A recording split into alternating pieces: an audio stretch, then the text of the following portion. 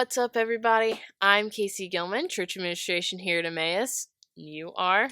I am Brian Holt, the pastor here at Emmaus. Wow. All right.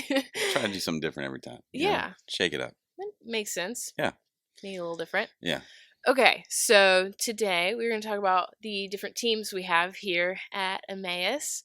So if you want to help introduce that for us. Yes. So we've talked about elders, we've talked about deacons. Yep. And there's still a lot of stuff that needs to get done at the church. So we have different teams, and they're kind of organized in, if there's a need in the church, something that needs to be taken care of, passions that we have, whatever, that there's a team for each thing. And that's kind of how we organize the volunteers and all that stuff. So I'll list them and then I can talk about what each one does. Okay. It's Evangelism, ECC Kids, Sound Team, Sunday Support, Women's Ministry, Finance, and Buildings and Grounds. Yep. Yeah. So all super important. Yeah. Super important teams. Got a lot of cool people running. Mm-hmm. Which one do you want to do first? Let's do ECC Kids. ECC Kids. All right. So it's a team of all children. No. It's the folks who plan, schedule, find curriculum and kind of make determinations about our children's ministry. Yeah. So the things that happen on Sunday mornings and then any other time we might have kids involvement. It's a really dedicated team. It's been great. We've had, over the years, it's ebbed and flowed, but right now there's a number of people who are very passionate about carrying on the next generation and imparting faith to them, helping them to understand the gospel. So Clayton Seyfried is currently the deacon in charge of that team. And then I'm not going to try to name everybody who's on these teams because I will forget somebody, but there's a number of great folks who are kind of concerned. So concerned about kids. And what's interesting is that each of these teams has kind of not free reign, but they make goals each year for their team that kind of fall under how they fulfill the vision of the church. Yeah. And it's specific to their kind of area of ministry. And so they determine things like if we're going to have VBS or, what ages are going to be in the classrooms and they find curriculum and then they present that to the elders for us to review, make sure it's in line with our theology. But then they kind of run with it. So it was their determination for Easter that the kids were going to be in church. And I thought that went really well. Great. It was cool to have kids, and it was good to be able to have the volunteers to not have to serve on Easter, which, a lot of churches, they ramp up for Easter and lots of volunteers and lots of things going on. And, at first I was like, okay, you guys sure you want to, not have children's ministry, but it worked out really well. I thought it was great. Yeah. Kind of, there was like a hum, kept it a little more alive. Yeah, but it wasn't distracting for me at all. Somebody was like, were you distracted by the kids? And I was like, not really. So yeah. So that's the ECC Kids team. Yeah, it's awesome. I love looking at all the curriculums and stuff. Like when I go to sort them out and stuff, I'm like, when you go organize the closet. Yeah, exactly. Yeah. All right, so let's move on to our Sunday support team. Sunday support team. Yeah. This is a lot of things that you see happening on a Sunday morning in a service kind of falls under Sunday support. It used to include the sound, but now they're kind of have their own team. But so Tom Verbeke is the deacon who's over Sunday support. And that's the greeters, the people who read scripture, the New Testament reading, I guess greeters and ushers are kind of the same thing. And I think they do this person on the slides as well, right? It's not, they kind of overlap a little bit. Yeah, a little bit. Yeah. So those are the folks that, you see more on Sunday mornings. And so Tom organizes them, helps them to know kind of what to do and walks them through that. And he's done that for I don't know how long, many years. Yeah, So yeah, that's a great. It's a great way to plug in, right. as an opportunity. And I'll just say that any of these teams, um, you you don't have to be a member of the church to be a part of the team. You have to be a member to lead it. Mhm. There's certain things, um, but if you're kind of becoming part of the church family, looking for ways to plug in, being a part of these teams is a Yeah, way to start meeting people and finding out kind of how we do things and what we yeah, do. for sure. So I guess Tom does a great job, but going off of Sunday support and going into sound, hmm So the sound team is what it says. it's what it The sounds like. Yes, the folks who run the soundboard and run the live stream, hmm which you're one of them. Yes, I'm one of them. For Actually, both, one of both actually. of them. Yep. Yes, you're both of them. I am both of them. So that's folks who kind of work with the worship team, mhm. uh, and help get the sound. A lot of troubleshooting at times to Mhm. figure out things that are going wrong and things that are going right. And the sound team at any church is kind of like they're doing their job when they're not noticed. Yeah. It's only when something feeds back or something weird that all of a sudden everybody's aware of who the sound team Everybody is. like turns around and looks at you. Who's on sound today? That's right. Yeah. So it's a good, it's like an incredibly important role too, Yeah. because that's, not, it's helping the church to worship, Mhm. because, with worship, with music and that like the goal is to be excellent.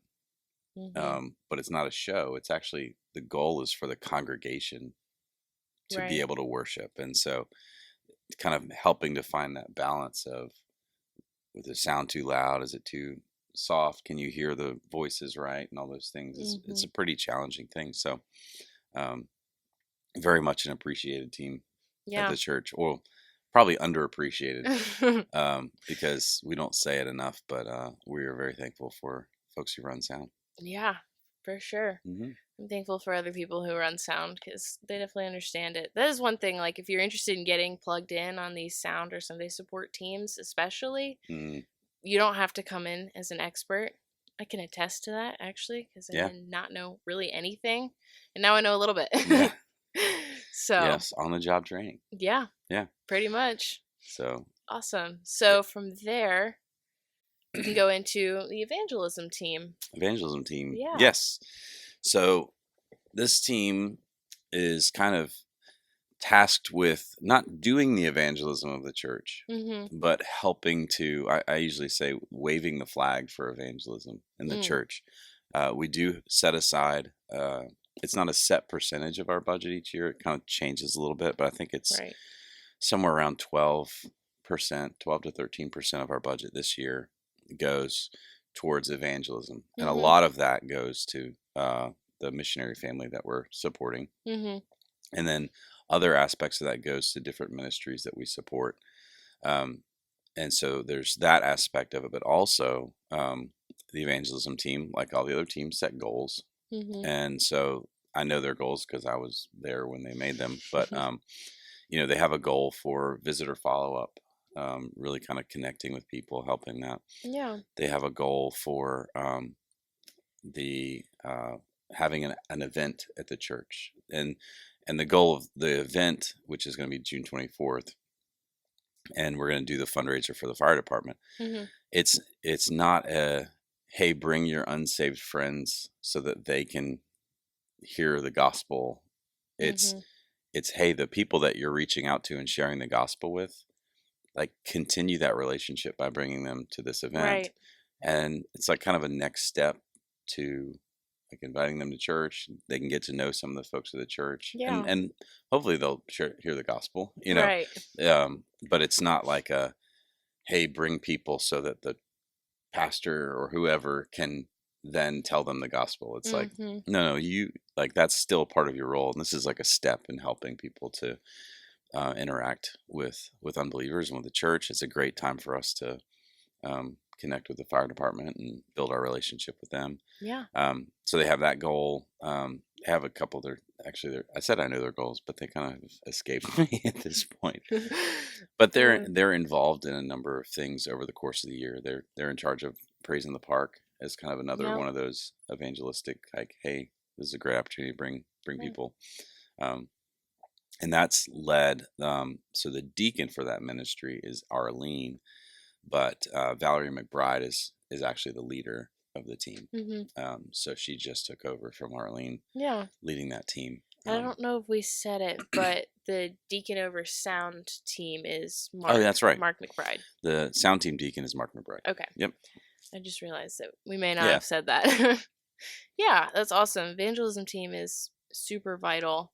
They're also kind of like the hidden workers behind what's going on Yes. for sure. Yeah. There's a they coordinate some of we're doing a Habitat for Humanity build, Yeah.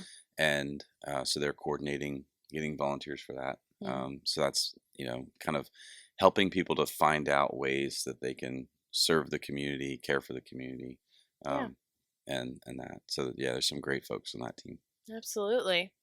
All right, so from there we have the finance team. Finance team, Yeah. very important team. Very. It's the goal is to grow that team a little bit because Mhm. it's been a couple people for Right. a few years, but essentially the finance team. The hope for the finance team is that they could be people who kind of help, along with the elders, help kind of set the tone for how we handle our finances, what our priorities are, making Mhm. plans, making sure that we have enough in savings for different emergencies that might come up. Right. But also they help, they work with the different team leaders and Mhm. establish the budget each year. So Mhm. they establish, I mean, they talk about, how much money I make, how much money you make, Mhm. how much we're going to allocate for different things based on how they see the trends, and then kind of where we are as a church, what we need. So Right. they really they put together the budget each year, Mhm. and then they present that to the elders and the deacons, and then it goes from there to the congregation each year Yeah. to be voted on. So that's an important team, and hoping to really see that team start to grow and do more in the way of like helping us to steward our resources. Mhm. So, Yeah, absolutely. That's definitely a really important team. hmm And not everybody has a gift for that kind of thing. no, no, So, all yeah. right, and the next team is buildings and grounds. Yes, another important team. Another one. There are no unimportant teams. Yep, that's why they're teams. That's right. They're Yes, needed. an unimportant team is called a committee. Yeah, I guess you're not wrong. And committees are where ideas go to die. That's what I've always said. Oh yeah. Yeah, that's kind of cynical, Yeah, a but little bit, but you know what I mean. Uh, if you know, you know. so, buildings and grounds, they, like their name suggests, take care of the buildings and grounds. We're not Did we name say who? fancy around here. Yes. By the way, finance. We actually Paige is kind of like Paige is the treasurer, Mm-hmm. and Scott is really the elder who kind of heads up the finance team. Yeah. So we don't have a deacon who's over the finance team. It's Yeah. Scott who's over that. But Paige is highly involved in the finance team. Highly. But buildings and grounds, the deacon for that team is George Holt, Mm-hmm. my dad, Mm-hmm. and they've been very busy this year. Very. Just doing a lot of the general upkeep.